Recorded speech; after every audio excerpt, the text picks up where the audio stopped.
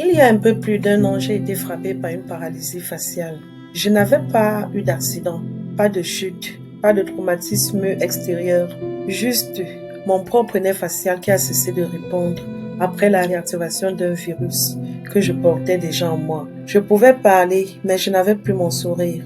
Je pouvais respirer, mais je ne pouvais plus avaler normalement, même pas de l'eau simple. Je pouvais vivre, mais je ne pouvais plus fonctionner. Et c'est là que j'ai compris quelque chose que presque personne ne m'avait appris. Ce que j'ai compris est que la guérison seule ne suffit pas. Pourquoi? Parce que tu peux être soigné, pourtant tu restes paralysé à l'intérieur.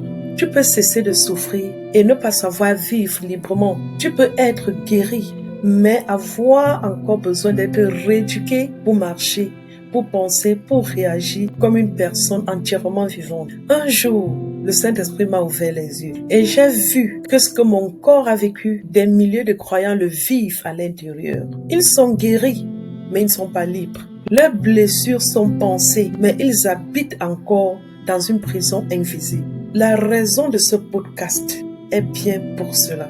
Parce qu'il y a des gens qui ont pardonné, qui ont prié, qui ont été délivrés, qui ont été restaurés et pourtant ils vivent encore avec des chaînes intérieures. Ce ne sont pas des démons, ce sont des mécanismes, des réflexes, des pensées automatiques, des croyances programmées à l'intérieur de nous. Et tout cela pilote encore nos vies. Ce programme va donc te montrer ce que personne ne t'a peut-être encore enseigné. Ça va te permettre de comprendre comment la captivité intérieure se forme, pourquoi la délivrance seule ne suffit pas, comment on se libère d'un esclavage silencieux mais destructeur et surtout comment on se reconstruit après tout cela.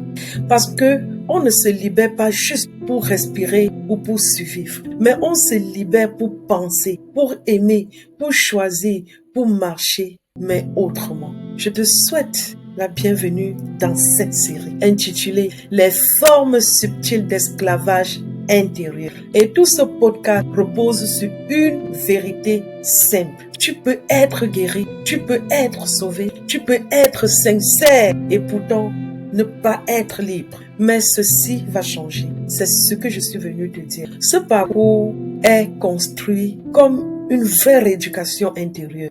Ça va comprendre 3 modules. Le module 1, comprendre. Tu vas découvrir dans ce module ce qu'est réellement une prison intérieure, comment elle se forme et pourquoi tu peux être délivré sans toutefois être libre. Le module 2, dévoiler.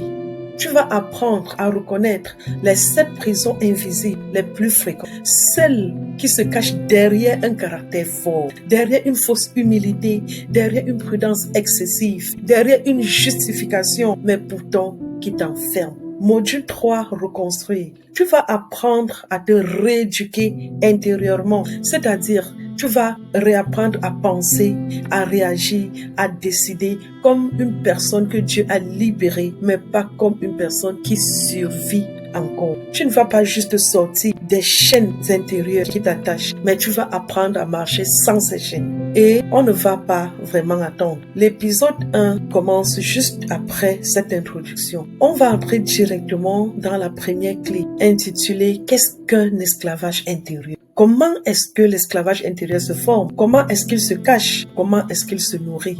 Et comment tu peux déjà commencer à le détecter? Si tu es prêt à être un croyant guéri, mais encore tenu à l'intérieur, reste avec moi. Abonne-toi surtout pour ne rien perdre. Je t'invite également à partager ce podcast avec quelqu'un qui a besoin de se reconstruire et de se réaimer intérieurement. Nous commençons. Et ici, sur cette plateforme et dans ce podcast, Dieu te libère pour que tu règnes. Alors bienvenue dans Thermovie.